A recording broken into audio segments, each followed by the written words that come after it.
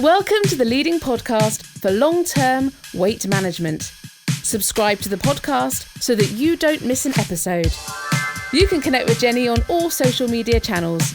You can also sign up to the newsletter to receive frequent content and tips for weight loss success. Hey guys, welcome to the Power Over Food podcast. I am your host, Jenny McDonald. I'm an eating behaviour coach.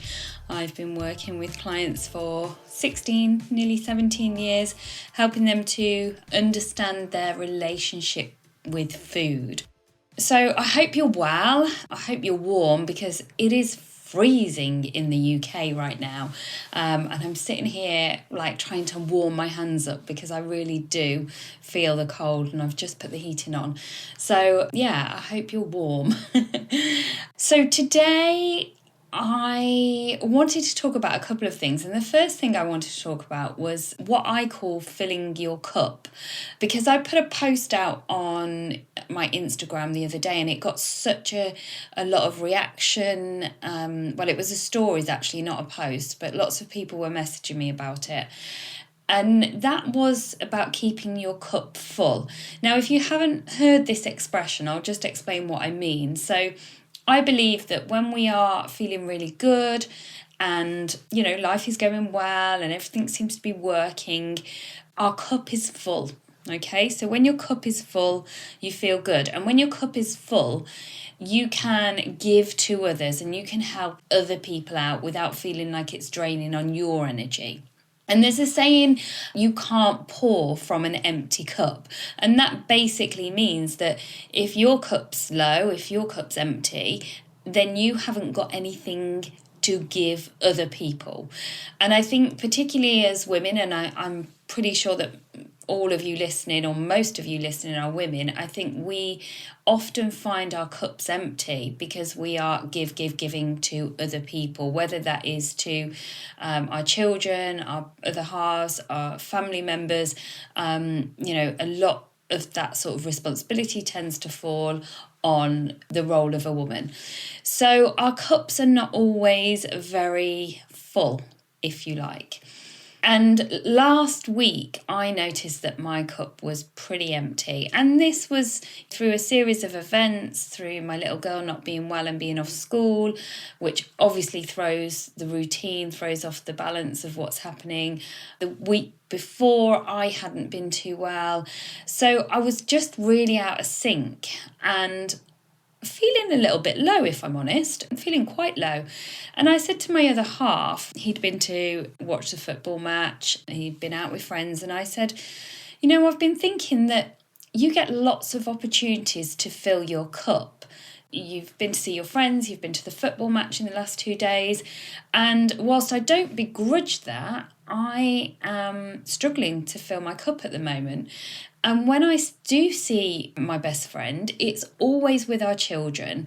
And whilst that is lovely and lovely for the children, that doesn't really fill my cup because that is just part of being a mum and it's another job to do. And you never really get a full conversation because you are just making sure the children are okay and they keep interrupting you and so on. So my cup was not full. And the reason I'm talking about this is because last weekend I found there was a lot of food intake. There was a lot of sugar that I was reaching for. And as I'm still on this journey with you, I analyse what I'm eating and I reflect and I think, why is it that I've eaten that and I want some more? What is going on here? And it was because, as I say, I felt a little bit low, but my cup was empty, guys. My cup was not good. I decided to write a list of all of the things that filled my cup.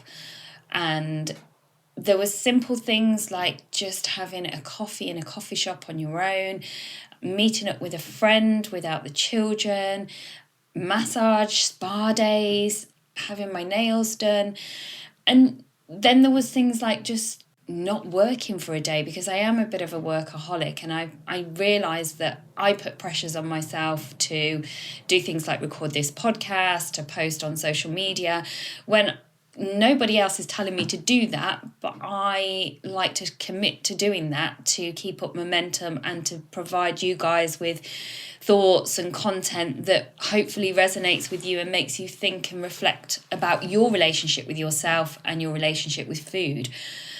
What I also learned was that quite often, it is the pressures we put on ourselves. It's not the pressures, and I guess I know this anyway from all of the years working with clients, but it just highlighted to me that often the reason we're stressed out is because of the pressures that we are putting on ourselves, or what we have made situations mean. And what I mean by that is sometimes something happens and in our head we've made it mean something completely different. I just wanted to invite you to reflect on that. And my question for you today is, how full is your cup right now? How full is it? And if your cup is full and overflowing and life is great and you've got all your ducks in a row and everything's in flow, as I like to say, then that is brilliant. But maybe just notice why everything is working and what you are doing that is making it work so well. Because I do believe when things are working really well, we have less need to be reaching for food and reaching for that sugary food that gives us that fix. And if your cup isn't so full, then I would invite you to just, like I did, take a couple of minutes, just jot down, what is it that fills my cup? And just write a list of everything that fills your cup. It might be a date night that you just never get a chance to do with your other half. It might be journaling or meditation. It might be yoga. It might be going for a walk in the woods. It could be anything. We're all different, but what fills your cup?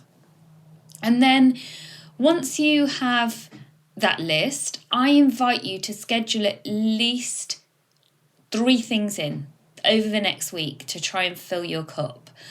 I've gone a little bit crazy. I've literally got nails, massage, I've booked a spa day for next week. I've been out walking every day, but I just decided that I needed to give some time back to me and get my head back in a good place, because as I said earlier on, you can't pour from an empty cup.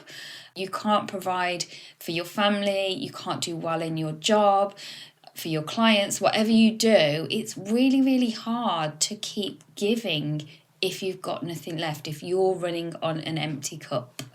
So I'd love to hear your reflections on this. I would love to know how full or not full your cup is and what action steps you are going to take having listened to this.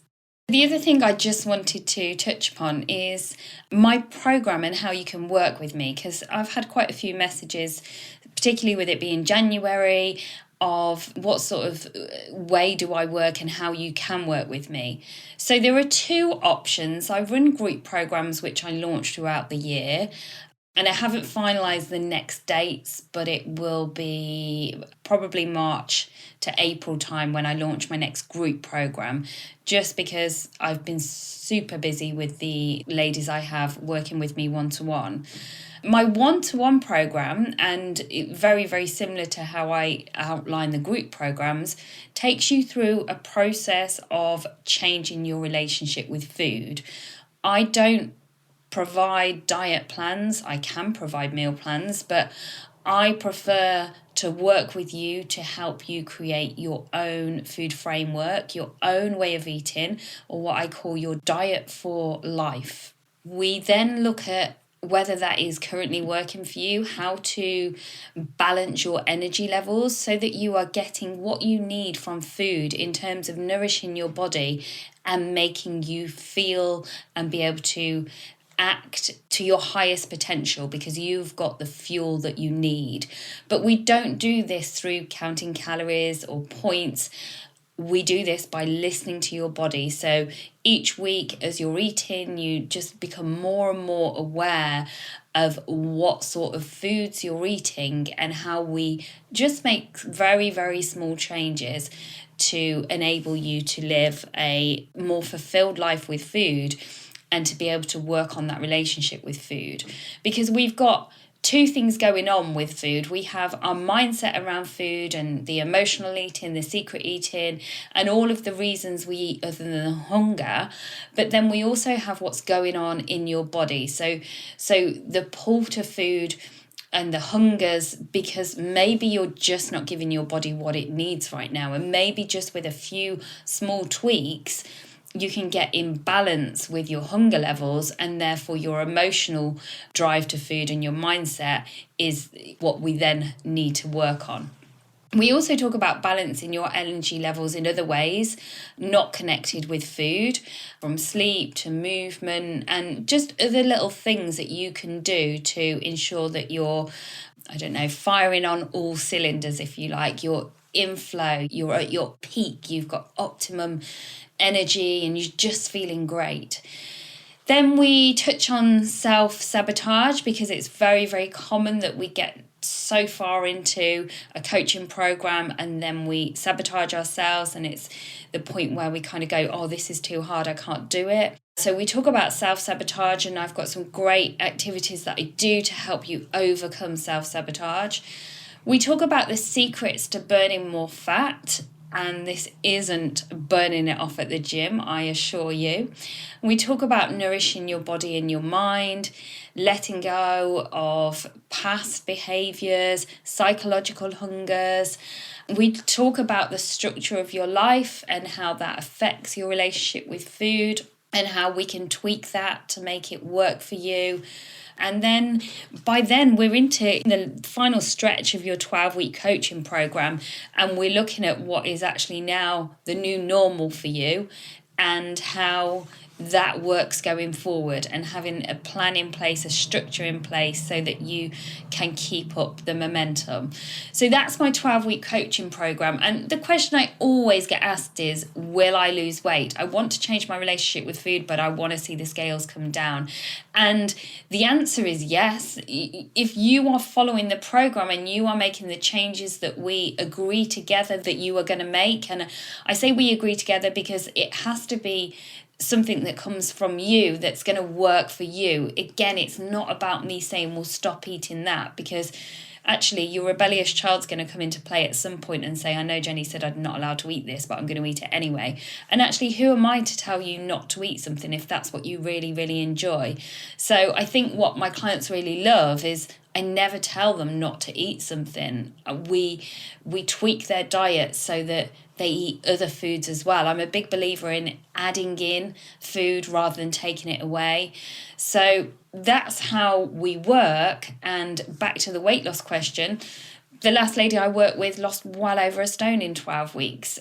You've probably heard me talk about not making it about the weight loss, but I also know that it's really, really kind of important to most of us to see them scales coming down. So yes, absolutely, weight loss, you are going to see those results on the scales as well, but that isn't necessarily the focus. And what I do is recommend people maybe weigh on week 1 and weigh on week 12, or weigh on week 6 and then week 12, so that you are not obsessing week to week over the scales, because I think that has a huge impact on our mindset. And if you're weighing weekly while you're trying to work out your relationship with food, what happens is you just become so obsessed with those scales that it throws you week in, week out, and it's really hard to get that perspective right when you're still working it out with food. So yeah, that's my 12-week program. If it is something of interest to you, you can hook up with me. We can have a chat. We can do a call to see if we work well together. I only take on a few amount of ladies at a time. I don't work with I don't fill my days coaching, because I want to be able to offer the best support and guidance on a one-to-one basis for those ladies who are ready to invest in themselves and take that next step towards food freedom. So that's a coaching program as well. So let me know how you get on with filling your cup. And I might even sit and record another podcast now because I've got an idea for the next podcast. So that's what I'm going to do next, I think. Have a great day, evening, wherever you are in the world. And as always, if you know somebody that would benefit from listening to this podcast, please do share it. I just want to reach as many people as I can so that they can benefit from listening to this and hopefully tweaking their relationship with food so that they can live a more fulfilled, happier life without constantly obsessing about what's going in their mouth. So thank you guys. Have an awesome rest of your day. Take care.